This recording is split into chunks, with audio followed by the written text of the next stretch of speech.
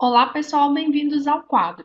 Na aula anterior, nós vimos a condução térmica de calor e nesta aula nós vamos estudar a lei da condução térmica. Imagine o seguinte: nós vimos que o calor pode se propagar através de um meio material, seguindo na direção sempre do meio que tem maior temperatura para o meio que tem menor temperatura. Vamos chamar esses meios de meio 1 e meio 2. Quando o calor atravessa pela superfície, uma parte deste calor será utilizada para aquecer a superfície.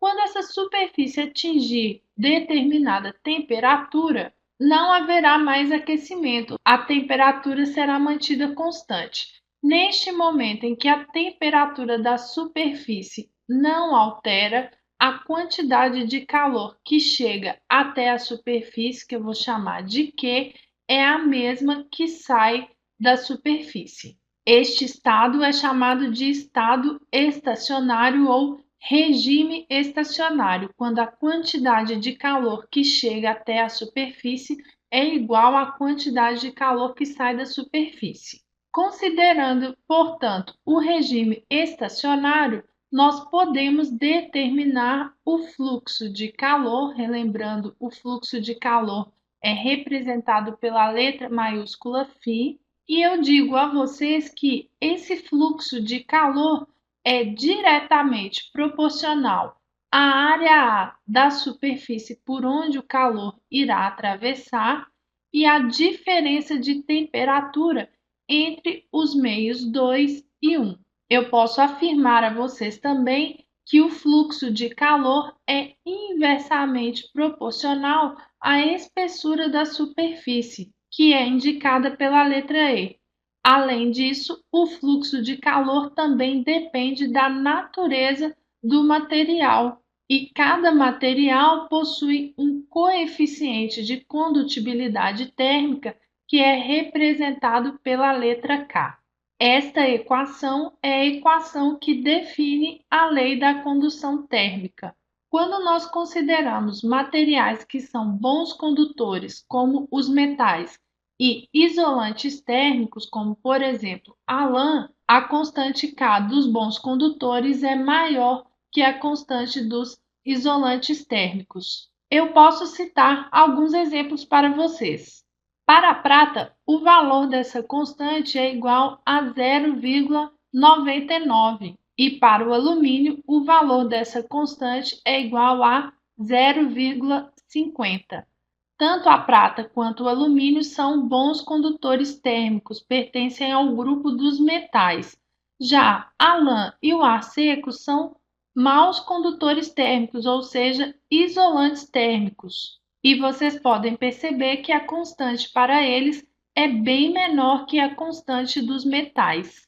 E só para vocês saberem, eu coloquei aqui também o valor da constante da água. Vocês observam que para a constante nós temos as unidades calorias por segundo vezes centímetro vezes a temperatura em graus Celsius. É com essas unidades que nós vamos trabalhar para calcular a quantidade de calor e o fluxo de calor.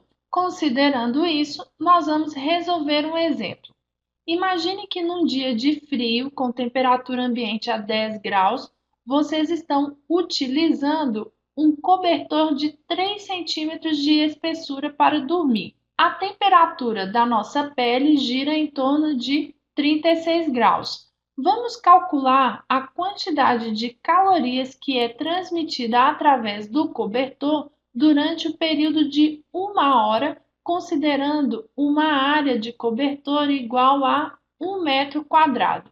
1 metro quadrado equivale a 10 elevado à quarta potência centímetros quadrados de área, ok?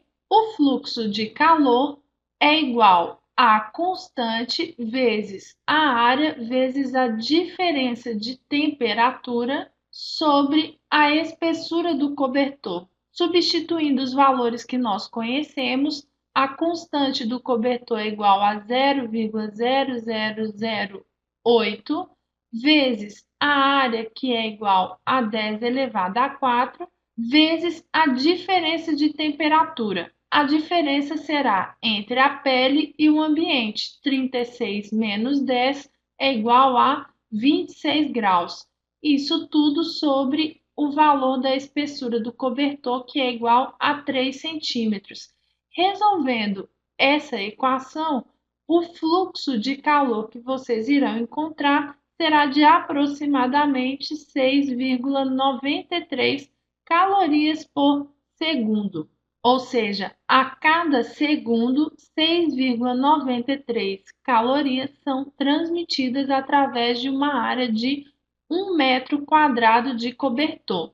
O fluxo de calor é definido pela quantidade de calor que é transmitida em determinado período de tempo. A quantidade de calor, então, pode ser determinada multiplicando o fluxo de calor que percorre pela área em determinado período de tempo.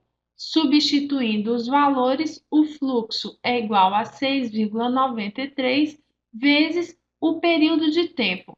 Nós temos que o período de tempo é igual a 1 hora, mas nós temos que converter hora para segundos. 1 hora equivale a 3.600 segundos. Então, o calor será igual a 6,93 vezes 3.600. A quantidade de calor transmitida será, portanto, igual a 24.948 calorias. Tá aí, pessoal. Espero que vocês tenham compreendido esta aula. Continuem estudando.